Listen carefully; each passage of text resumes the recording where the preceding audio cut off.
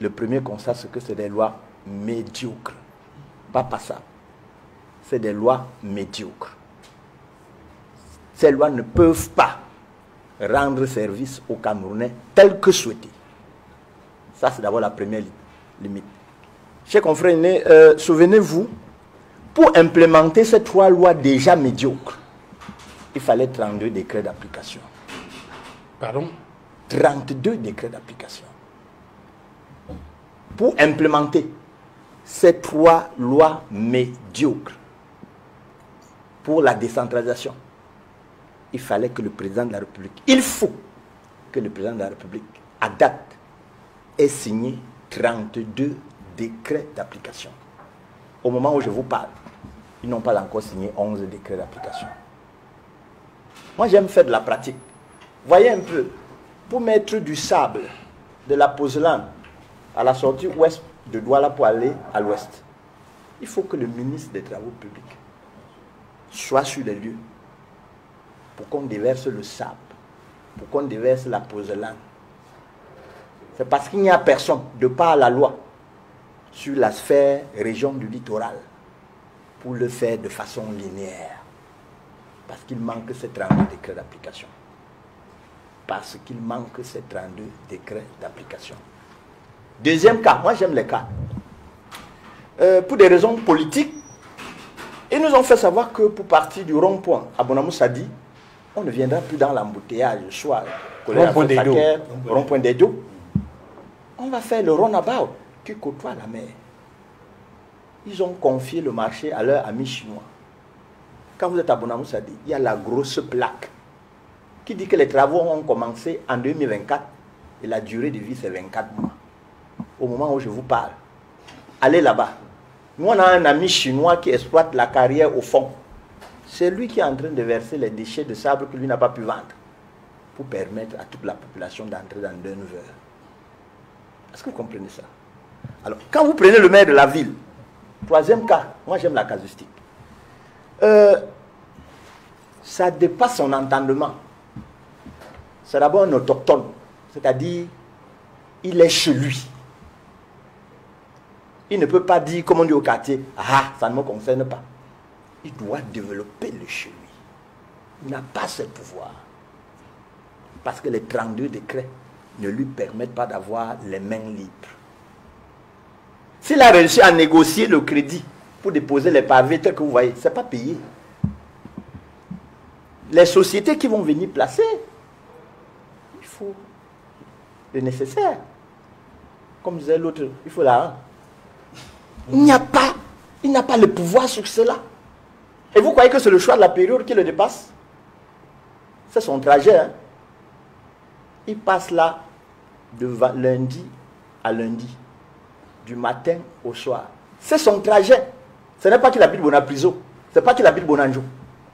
Il traverse là chaque jour, il vit les mêmes difficultés. Vous croyez qu'il ne savait pas qu'il pouvait faire ça pendant les périodes de vacances? C'est parce qu'il n'a pas la loi. Il n'a pas les mains libres. Il n'a pas le nécessaire. En tout cas, la machine est grippée. Ceux qui sont aux affaires, là, ils ne peuvent pas. Merci. Le constat qui se dégage, c'est qu'on a l'impression que le gouvernement a lamentablement échoué dans l'implémentation de la gouvernance urbaine dans notre pays. Parce qu'en réalité, vous faites cas du communiqué du maire de la ville, en fait du point de presse du maire de la ville, mais le problème est plus important que ça, parce qu'en réalité, nous autres, nous nous demandons si ce maire de la ville a des réels pouvoirs dans la conduite des travaux de cette nature. Oui, mais c'est lui qui annonce le début des travaux. Oui, mais sauf que les travaux ne commencent pas. Vous savez, il faut interroger, j'allais dire, la législation en vigueur pour tirer les conclusions sur cette question. Parce qu'en réalité, lorsque vous lisez les textes, vous avez l'impression que tout a été mis entre les mains du ministre de l'Habitat et du développement urbain. Parce que lorsque vous voyez par exemple la loi qui organise ce ministère, c'est la loi numéro 2012 308 du 14 septembre 2012 qui porte organisation du ministère de l'Habitat et des Développement urbain. Vous allez vous rendre compte que la planification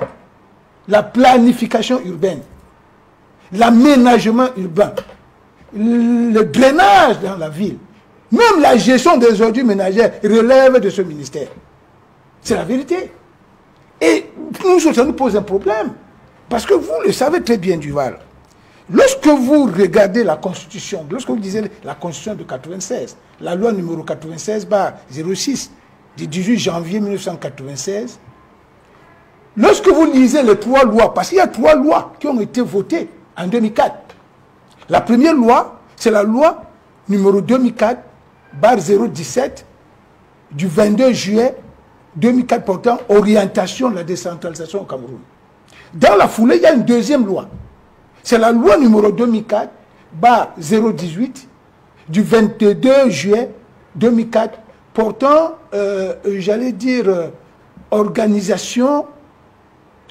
portant règles applicables aux mairies, aux communes. Il y a une troisième loi. C'est la loi numéro 2004/019 du 22 juillet 2004 fixant les règles applicables aux régions. Il y a ces lois qui ont été votées en 2004. Ça veut dire quoi? Et lorsqu'on prend ces 3 lois, c'était des lois qui posaient véritablement les bases de la décentralisation au Cameroun. Ils donnaient les réels pouvoirs aux collectivités territoriales décentralisées de prendre en main la conduite de la gestion urbaine, sur le plan de l'aménagement, sur le plan du drainage, sur le plan de la planification, sur le plan de la structuration même des villes. Mais curieusement, 8 ans après, en 2012, on a repris le pouvoir qu'on donnait aux mairies pour redonner au ministère de l'Habitat. C'est justement à ce niveau qu'il y a problème. Parce que justement, lorsque le délégué, le maire de la ville fait sa sortie, tout le monde, moi personnellement, je suis de ceux qui pensent qu'on doit le laisser travailler. Moi, j'ai vécu quelque chose de terrible. Moi, je suis dans la zone de PK17. Vous savez, avec la route qui faisait problème, en fait, les travaux sont en train d'être réalisés là-bas aujourd'hui. Je me souviens, il n'y a pas très longtemps, lorsque la situation était vraiment catastrophique dans cette zone, le maire de la ville voulait engager les travaux. Je me rappelle qu'il avait mis une plaque. Il voulait engager les travaux. Quelques jours, 3-4 jours après, le ministre des Travaux publics est venu mettre sur sa plaque pour lancer les mêmes travaux. Donc, vous voyez, ça crée une espèce de télescopage au niveau de l'État et des collectivités territoriales décentralisées. Pour nous autres, pour que le problème des voiries soit véritablement réglé dans notre pays, il faut qu'on clarifie la situation et qu'on implémente véritablement la décentralisation en donnant plein pouvoir aux collectivités territoriales décentralisées de gérer notre voirie urbaine. Camerounais, lorsque les gens travaillent, il faut dire qu'on travaille. Vous demandez les responsabilités. Lorsque vous les prendrez, il faudra travailler. Et le gouvernement travaille. Duval, sur ta question par rapport à ce que oui, comment on fait? J'étais à Yaoundé hier. C'est ce que j'ai vu à Yaoundé hier. Je suis super loin, on se plaint. Mais Yaoundé, c'est impossible. Mais je n'entends aucune voix. Lorsque je parle à Yaoundé, déjà, il y a les inondations, on va y arriver. Non, je parle des embouteillages. Je parle des embouteillages. J'étais à Yaoundé hier. Impossible de passer par la Cité Verte. Impossible de passer par Mvoli. Impossible de passer par Mokolo. Impossible. Mais les gens ne crient pas. Pourquoi? Parce que les citoyens sont formés, sont sensibilisés, sont éduqués. L'éducation? L'éducation, c'est quoi? C'est que c'est le mal. L'éducation à Douala, c'est le mal qui chasse le mal. On est des délinquants, c'est ça? C'est le mal qui chasse le mal. C'est-à-dire, c'est un mal pour un bien. Qu'est-ce que les citoyens de Douala attendent? C'est la fluidification du trafic. Qu'est-ce que les gens de la péritante ouest attendent? C'est la fluidification du trafic. Est-ce qu'on est en train de travailler? Oui. Si on travaille, vous devez en souffrir. Ce qu'il y a, et je serai d'accord avec vous si vous dites que, par exemple, les voies de contournement n'ont pas été faites. Elles ont été faites, mais elles sont peut-être en quantité insuffisante. Et ça, nous comprenons que le gouvernement doit davantage travailler sur ce terrain. Mais dire ici que, et moi je pense que mon confrère là-dessus s'est un peu trompé aussi, parce qu'un ministère ne se crée pas par une loi. Un ministère, c'est le décret. Puisque, par exemple, il prend aujourd'hui un décret. Il dit que j'ai dissous le ministère de ceci, il condense tout dans un ministère, il prend un décret dans un ministre. Il le fait tous les jours. C'est le décret qui crée le ministère au Cameroun. D'ailleurs, le décret du 9 décembre 2011, avant le décret 2011-409, 408, tout ça, 410, tout ça, il avait pris des décrets pour créer des nouveaux ministères et dissoudre certains au sein des autres. C'est des décrets. Et après, il a pris un décret, il a nommé les ministres. le 9 décembre 2011. C'est comme ça que ça s'est fait. Est-ce que vous avez Donc quand vous suivez le journal de 20 heures ce jour-là, ça avait commencé par les décrets créant des ministères ou supprimant certains ministères, ensuite les décrets portant nomination des ministres. Est-ce que vous avez en train de conclure qu'il n'y a donc pas de confusion entre le ministère du développement urbain et de l'habitat C'est ce que je dis. et la mairie de la ville? C'est ce que je dis. Et que les fonctions et les rôles sont bien distincts? C'est ce que je dis. Alors, Excusez-moi, Oui. excusez-moi, parce que ce que vous voulez vous dire, c'est créer une confusion dans l'esprit de ceux qui nous écoutent. Les rôles sont, si vous voulez, complémentaires. Lorsqu'il parle de la route, il a parlé de la mairie de la ville qui voulait faire la route. C'est une route nationale, c'est le ministère des Travaux publics. C'est pourquoi le ministre allait la faire. Le ministère de l'Habitat, j'étais dans sa voiture, je peux me le dire, on était au niveau de Guinness. Quand on a créé ce ministère, on a pris un texte. Il y avait un de ses clients qui avait une détresse, je lui dirai après l'émission. Et j'étais avec lui. Dans sa voiture, il met le transistor. Le transistor dit, le président de la République a créé le ministère de l'Habitat et de l'Emploi humain. On explique dans la circulaire qui accompagne que la priorité, c'est l'habitat. Parce que, et le texte même de la circulaire explique que le président de la République, en mettant en place le ministère de l'Habitat, veut éviter les détournements de fonds. Parce qu'il veut que chaque Camerounais puisse avoir un logement social pour que désormais les gens les détournent pour pouvoir aller construire les immeubles partout. C'est pourquoi ce ministère, ce n'est pas le ministère de l'Habitat, c'est le ministère de l'Habitat et du Développement humain. Ils ont priorisé en réalité l'habitat social. Donc, lorsque vous lisez la circulaire qui accompagne ces décrets, vous comprenez très bien que l'objectif, c'était d'abord l'habitat social. Et depuis que ce ministère a été mis en place, chacun peut voir dans nos villes beaucoup de logements sociaux qui ont été construits. Ce ne sera jamais en quantité suffisante. Parce qu'une nation se construit sur la durée. Une nation se construit sur le temps. Comme même une carrière se construit sur la durée. Comme même une vie, même dans une profession, se construit sur la durée. Et on respecte tous les anciens parce que justement, les anciens, ils ont au moins un avantage que vous n'avez pas. Et au sujet des embouteillages, au sujet des inondations à Yaoundé, parce qu'on a vu cette semaine encore, avec les fortes pluies qui sont tombées, l'avenue Kennedy et bien d'autres quartiers étaient noyés. Effectivement, Yaoundé est en chantier. Finalement, c'est comme une sorte de malédiction à Yaoundé. Non, Yaoundé est en chantier. Tous les ans, c'est pratiquement la même chose. Même à Douala, c'était comme ça, mais on a déjà travaillé. Vous êtes témoin que cette année, quand même, à Douala, on n'a pas trop parlé d'inondation. Parce qu'effectivement, le projet a été implémenté par l'actuel maire de la ville. Et jusqu'aujourd'hui, on travaille pour le curage des drains. À Douala, cette année, il a beaucoup plu. Mais si vous voyez, il n'a pas eu beaucoup d'impact, puisque même vous, parce que je sais qu'au-delà des images, vous rendez compte. Vous n'avez pas suffisamment rendu compte, ou bien vous n'avez pas rendu compte d'une quelconque inondation de la ville de Douala. C'est parce que justement, les travaux de drainage de la ville de Douala, qui étaient restés en projet, sont en train d'être implémentés par le maire actuel de la ville. Donc un travail a été fait à Douala. J'étais à Yaoundé hier, je suis rentré très tard d'ailleurs. J'ai présenté encore mes condoléances à celui pour qui je voyais qui avait perdu son épouse. Je lui souhaite beaucoup de courage. Je crois que mes confrères savent de qui je vais parler. Donc, ce que je veux dire, c'est qu'en réalité, n'allons pas ici faire en sorte que les administrations qui doivent travailler à titre complémentaire trouvent qu'il y a entre ces administrations plutôt des questions de conflit de compétences. Non. C'est qu'en réalité, les administrations se complètent. C'est comme le TGI, le TPI, le tribunal grande instance, le tribunal grande instance. Ce sont des juridictions qui sont complètes avec des compétences qui sont pratiquement les mêmes. Je voudrais rappeler, Maître, au sujet de la réhabilitation du réseau routier, oui. Il y a eu une sortie de l'ingénieur de l'État oui. En fin de semaine qui a donné un certain nombre d'indicateurs sur les travaux qui sont menés. Oui. Dans ce sens-là, on a appris par exemple qu'il y a une vingtaine, on va dire une trentaine de marchés qui ont été résiliés. Et il indique que parfois ce sont des entreprises qui n'ont pas la capacité technique nécessaire. On se rend compte qu'ils commencent à travailler et puis après ça n'avance pas. On est obligé de leur retirer le marché. Il a également indiqué que l'autre problème qui fait traîner le projet de construction ou de réhabilitation du réseau routier, c'est l'insécurité dans le nord-ouest et dans le sud-ouest. Oui. Mais il n'a pas manqué de souligner les difficultés de trésorerie oui, en indiquant qu'il manque, on n'a pas suffisamment d'argent pour pouvoir faire les travaux. Je l'ai écouté, il est allé même plus loin. Il a parlé de la mutualisation des efforts. Ouais. Il a dit que parfois il mutualise entre le fonds routier et le budget de l'État pour réaliser certains travaux. Ouais. Et je l'ai trouvé, franchement, je l'ai trouvé très brillant dans les explications. Parce que je l'ai écouté, le ministre des Travaux publics. Je l'ai écouté et il est même parti jusqu'à expliquer en réalité ce que l'État recherche. En expliquant qu'au départ au Cameroun, on lutte contre l'exode rural. C'est pourquoi on a priorisé l'arrière-pays. Parce qu'en réalité, au Cameroun, on se plaint beaucoup de ce que les routes principales, c'est-à-dire celles sur lesquelles nous passons tous les jours, ont des difficultés. Mais lorsqu'il explique, vous voyez que dans l'arrière-pays, il a beaucoup travaillé.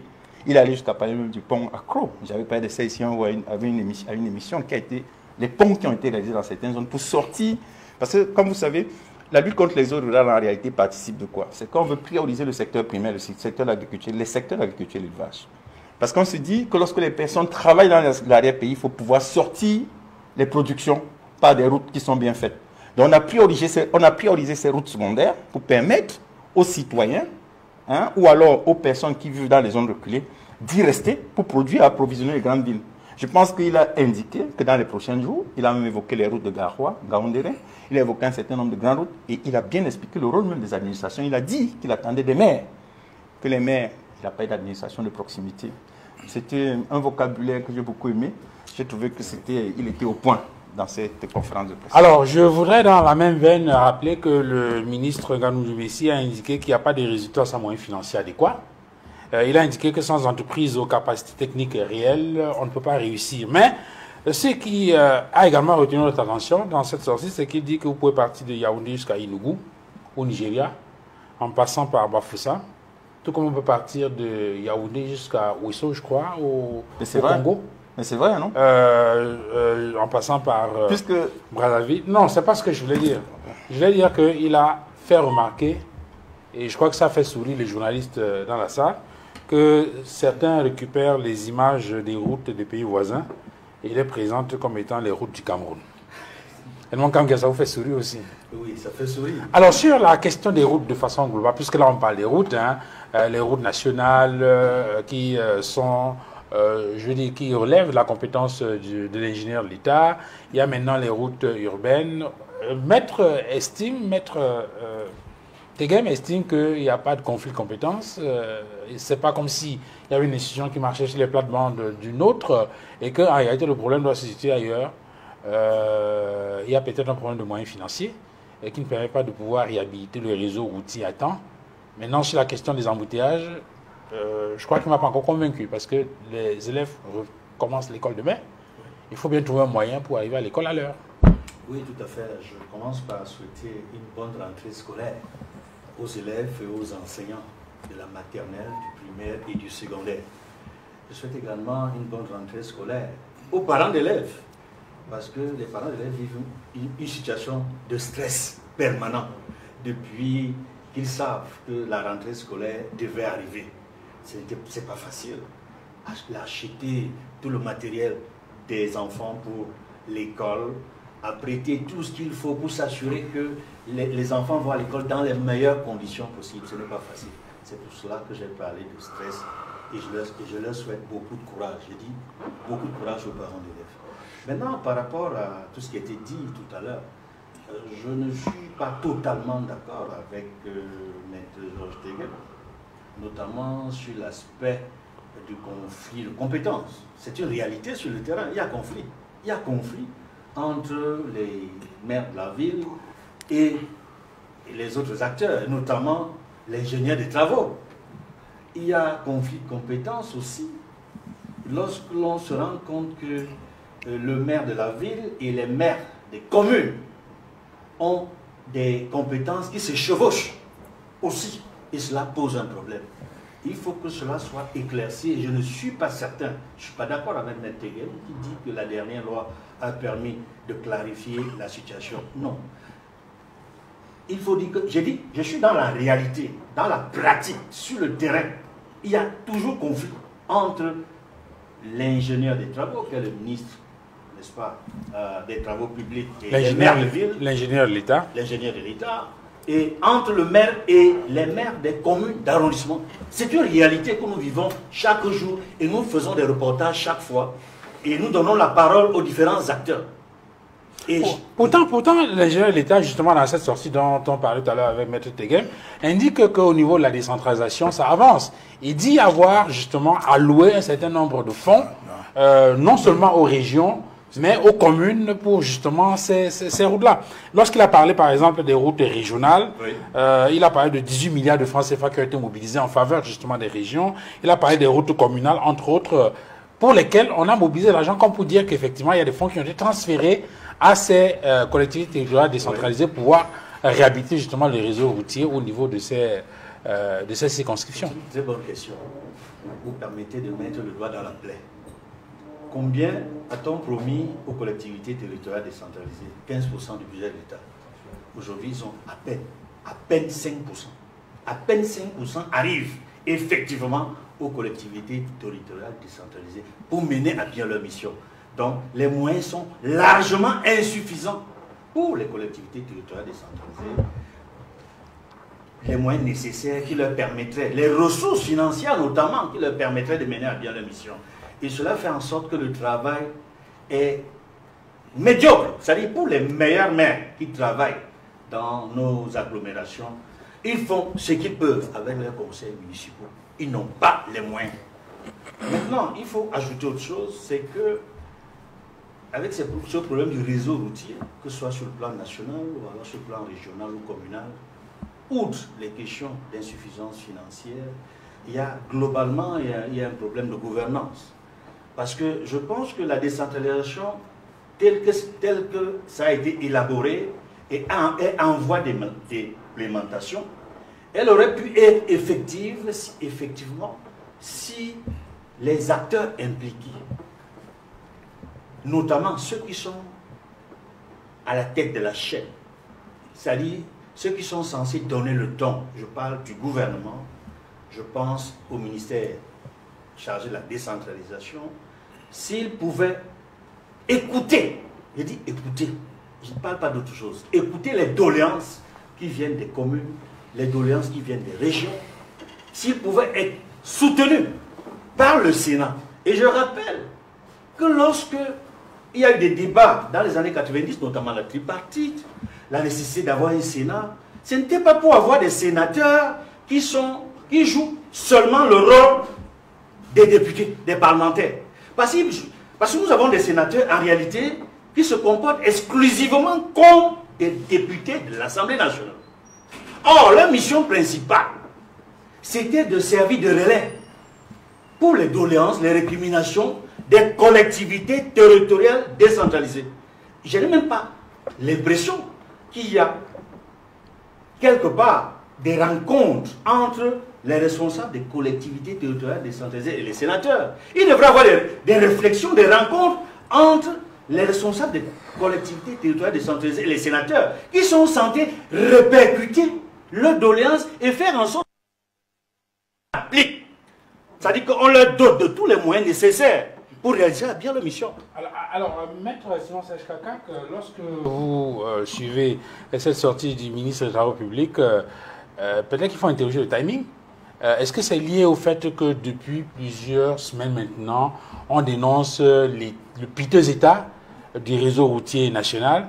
Est-ce qu'il faut faire un lien avec la campagne électorale qui se prépare? Est-ce que le ministre est en campagne? Duval, avant de répondre spécifiquement à cette question, je vais un peu rebondir à ce que disait... En 30 secondes. Non, pas en 30 secondes. En 30 secondes, puisqu'on a beaucoup d'autres sujets.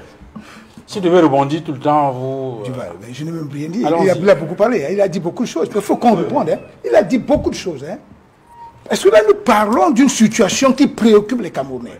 Vous savez, j'ai le sentiment, à écouter mon confrère, qu'on ne vit pas dans le même pays. Ou bien, lui n'est pas un homme de terrain comme moi. Parce que la vérité, c'est quoi? La vérité, c'est que ce qu'il semble nous décrire là, parce qu'il a dit par exemple que la loi de 2019, je pense que c'est ce qu'il voulait dire, la loi de 2019, c'est ce qu'on appelle le Code général des collectivités territoriales est venu régler tout le problème. Non. Non. Ce code n'a pas réglé les incongruités qu'on trouve dans les décrets qui organisent... Dans les 32 décrets. Non, les décrets même qui organisent les ministères. Parce qu'il y a un problème de fond. Il y a un problème de fond. Lorsque vous parlez du problème de la planification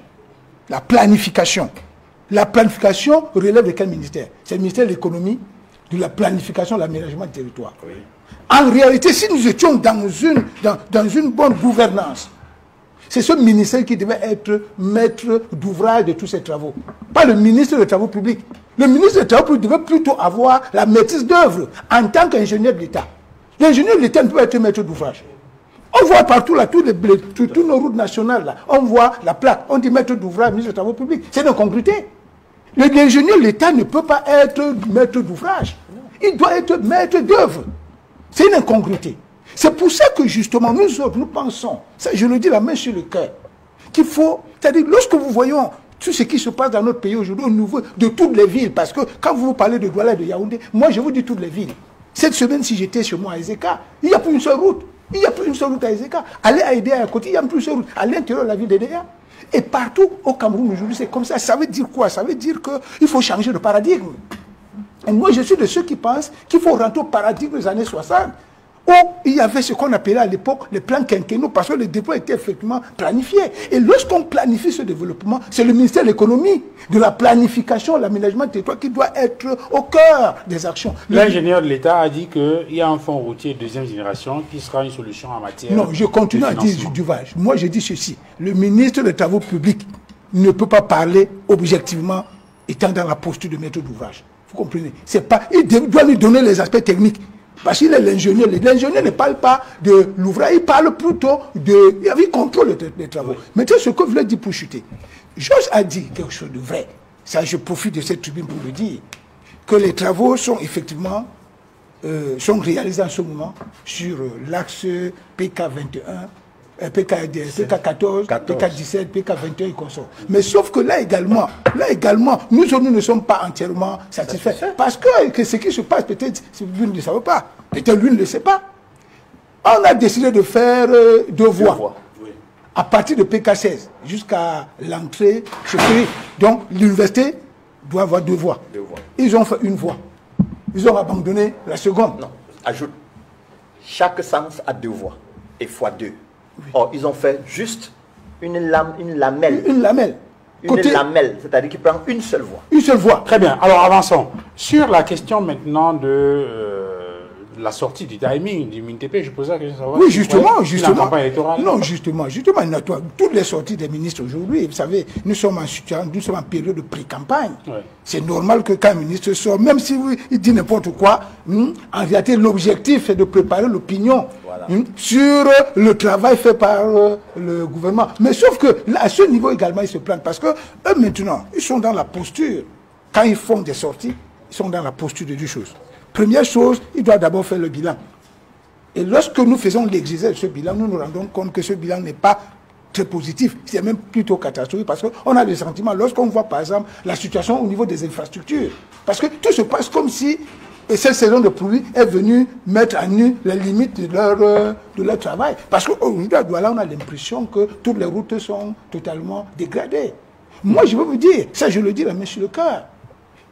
Lorsque j'ai quand même le privilège de voyager beaucoup dans ce pays, je constate que le seul point positif que personnellement je relève dans le travail du ministre des Travaux publics, c'est la route Yaoundé-Bafoussam. Cette route a été bien faite. Ça faut avoir l'honnêteté de le reconnaître. Et puis également, la seconde chose qui a à mettre à son actif, c'est la voirie au niveau de la ville de Bafoussam. Il faut reconnaître qu'à Bafoussam, quand même, il y a eu une nette amélioration au niveau de l'assainissement de la voirie. Pour toutes les autres villes, c'est la catastrophe. Donc on ne peut pas venir aujourd'hui nous dire que le travail est positif, vraiment il faut applaudir. Non. Très bien, ça veut dire qu'il faut mettre là dans le bilan du RDPC pour la campagne qui démarre. Alors, est-ce que c'est dans le même sillage que vous situez la récente sortie de Issa Thioura Bakary, ce que la presse a appelé le brûlot au président de l'Assemblée nationale, cette lettre ouverte qui date du 2 septembre 2025. Je lui dis, est-ce que cela se situe toujours dans le sillage de la pré-campagne électorale ou bien de l'agitation, n'est-ce pas, qui anime l'espace politique en cette veille d'élection présidentielle d'octobre 2025? Non, mais écoutez, Duval, vous êtes un brillantissime journaliste d'investigation et vous comprenez cette situation. Comme je l'ai dit tantôt, lorsqu'un acteur politique, surtout un candidat à l'élection présidentielle fait une sortie aujourd'hui, c'est pour préparer la campagne qui arrive, c'est pour planter le décor. Donc en réalité, tout ce qui se passe là, objectivement, c'est déjà la campagne qui a commencé.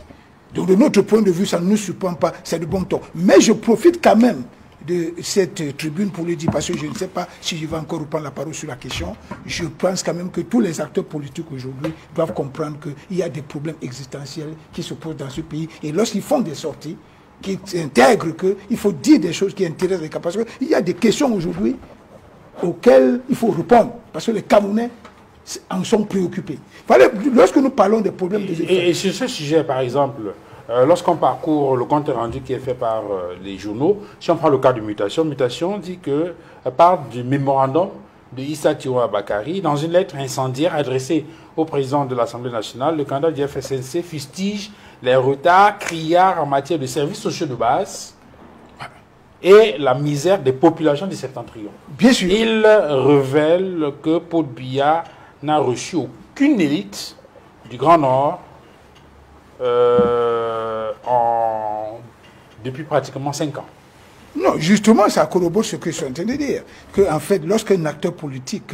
Mais le fait maintenant d'adresser la lettre au président de l'Assemblée nationale et en listant, on va dire ça comment, toutes les personnalités originaires du Grand Nord qui occupent des fonctions importantes au sein de l'appareil de l'État, région extrême nord, Kawai Guidibri, Ayan Luc, Alamine Ousmane Bey, Ibrahim Tabamala, Manaouda Malachi, et les Pierre, Taïga, ministre de l'élevage d'épices et plus loin, Mouna Foutou, Yaouba Abdoulaye, Madou Mustafa, région du Nord, Sa Majesté. Alors, lorsqu'il les liste, il dit que la région de l'extrême nord ou le septentrion a abandonné, le message subliminal, c'est quoi? Non, le message subliminal, c'est de dire au président Kavaye Djibril que vous êtes la plus grosse élite politique, la troisième personnalité de la République, et vous occupez le perchoir depuis 33 ans.